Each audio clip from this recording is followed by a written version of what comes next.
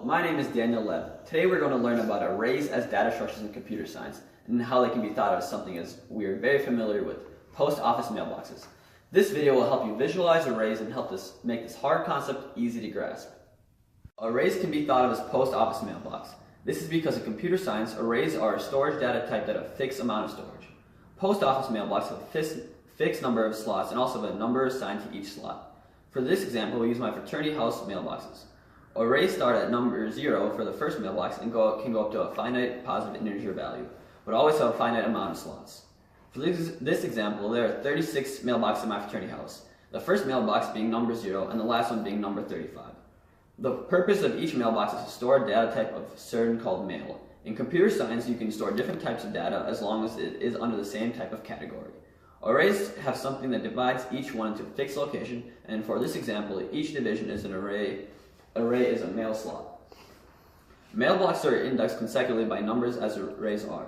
The contents of the mailbox are easy to get to by any user as long as they know which number they will want to access. This is exactly the same for an array. For example, if we want to access number 0, we can go and find 0 and get the contents from 0.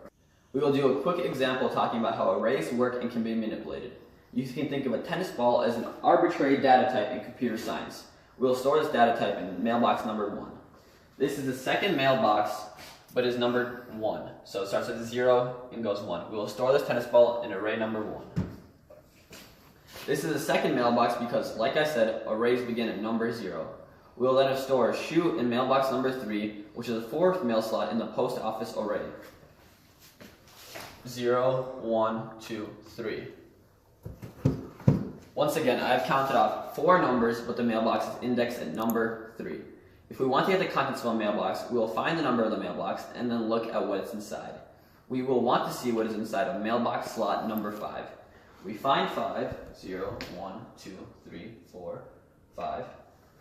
Get the contents of it and see that the contents are empty. There is currently no data stored in this mailbox. We then go and check to see what is in mailbox slot number 1. So once again, we count off 0, 1.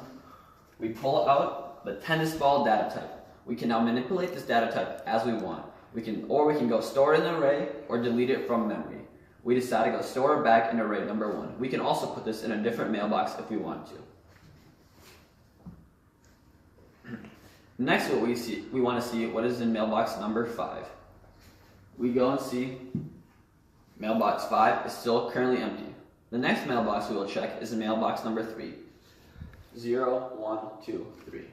We look in 3 and we find a shoe. We realize this is a post office array and that shoes aren't meant to be part of the mail array. We then want to delete this type of data type away from memory. We take the shoe and we delete it. So now we go and check what is in array mailbox number 3. 0, 1, 2, 3. Get the contents of it and see now there is no more memory in it. This mailbox is empty. I hope this example has helped you visualize how arrays work.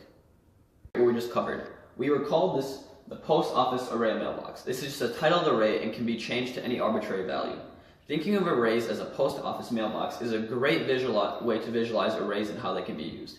We showed examples of how data can be stored in mailbox slots, as in actual slots of arrays, and thinking about how they can be manipulated. This is a great way of teaching you the basics of arrays and data structures and help you visualize how arrays actually work.